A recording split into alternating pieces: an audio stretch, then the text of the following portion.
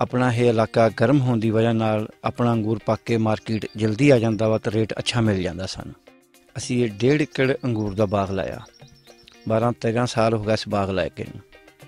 साढ़े को 4-5 किस्म दी वैरायटियां लगियां हुई वा, क्रीमजन आ, परलट आ, थामसन आ, नारक ब्लैक आ। कुछ वैरायटियां इतने कामयाब हो गई, कुछ वैरायटियां इतने नहीं कामयाब हुई। थामसन सुंदरखानी जिसको हम कहते हैं वो इधर कामयाब नहीं हुई। उसको फल बहुत थोड़ा आता है, पकती है, मीठी होती है, लेकिन ज़िम्मेदार के हिसाब से उसके फल बहुत थोड़ा है। ज़िम्मेदार तो चाहता है कि मुझे ज़्यादा से ज़्यादा प्रॉफिट आए। जैके में कोई फ़र्क नहीं होता, एक ही जैसा होता है जैका सबका।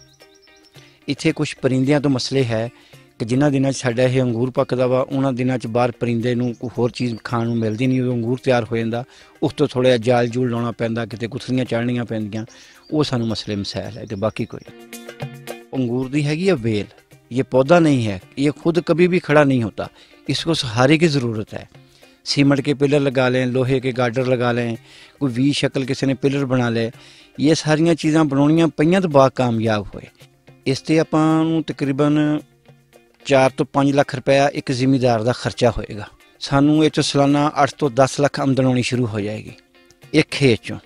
साढ़े को है 1.5 खेत, सानू 10 ਤੋਂ 12 ਲੱਖ तक आमदन चों आ जाती है।